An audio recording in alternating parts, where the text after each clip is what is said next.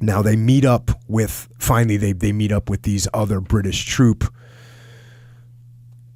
Back to the book. Someone was leading us into a garden of a large house. The men dropped to the ground as they halted, conscious that they were now safe with houses and other British troops around them. Others, after a swig from a water bottle, lay supine, unconscious, in instant sleep. I counted them. Jimmy Gray, John Simmons, and Sergeant Weiner were there. Sergeant Major Kelly was missing. Someone had seen him fall in the rush. There were just 49 other men, about half from C Company. Last night there had been 200. The night before, 500.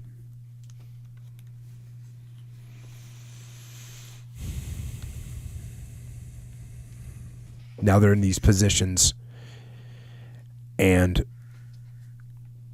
they're about to get attacked. Just below in the garden, but out of sight, another Bren opened up. It was Jimmy Gray's sentry at the garden gate. There was a glimpse of a camouflage figure running through the trees opposite, no more than 100 yards away, diagonally across our front towards the air landing troops. Then a couple more. Jimmy's Bren fired again, and one of the figures pitched forward, rolling over, carried on by its own momentum. We would have to fight, and this is he's talking about the fact that they're in the houses now, in this village. We would have to fight from the house itself, not from the trenches in the garden. It was a sturdy building with thick, solid walls, and in any case, the garden was too small for the purpose. From these upper windows, we would have an extra range and observation to fire diagonally down the road in front of the houses held by units to the left and right. 15 minutes later, the trim Dutch house had been wrecked. Every pane of glass had been smashed, and every picture and mirror knocked from the walls. There was no time to be careful. In the center of each room, barricades had been built, well back from the windows, out of sight of the Boche, but sighted so that every scrap of ground outside was covered. Sideboards and chests of drawers stuffed with books or bedding made the barricades, contents of the furniture flung in heaps into the corners of the rooms. Mattresses were rolled down into the basement, ready for use if needed by wounded men. More books crammed into drawers were blocking those windows not required for shooting through. Fortunately, the owner of the house possessed a fine library. From its contents seemed he was a doctor. With Gray, I walked around the house for a final check before leaving to return to my own headquarters at the rear. Manic vandals might have swept through it, some woman's life work ruined in the time it took to drink a cup of coffee.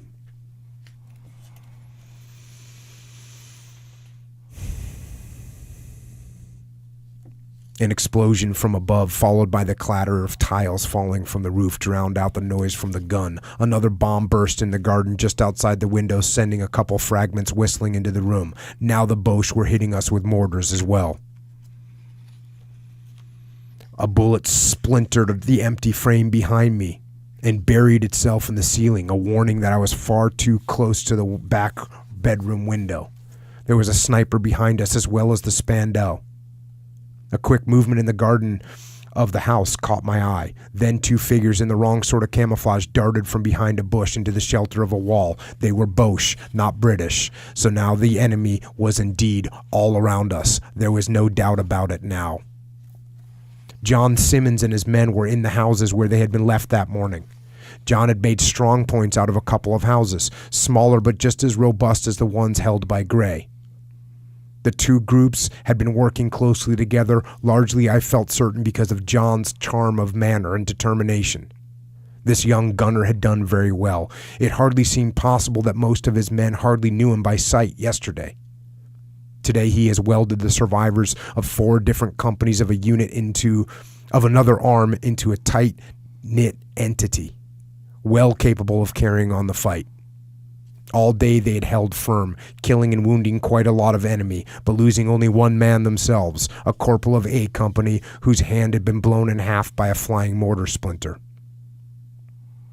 Lined and filthy though his face was, eyes red-rimmed and chin stained with 3 days' worth of fair fuzzy down, John still moved briskly, a reminder to all of us that we could still keep going.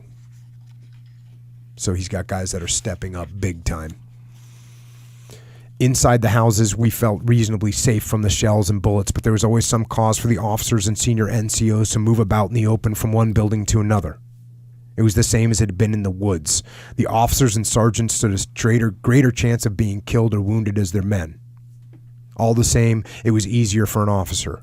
With so much to do, he had little time to worry about his own safety. Also, he always had to try and act the part to set an example to the others. An officer had to exude confidence however hard it might be. But because he always had to try to keep a grip on himself, it helped him forget the danger. Very true. Very true. Got a lot of things on your mind.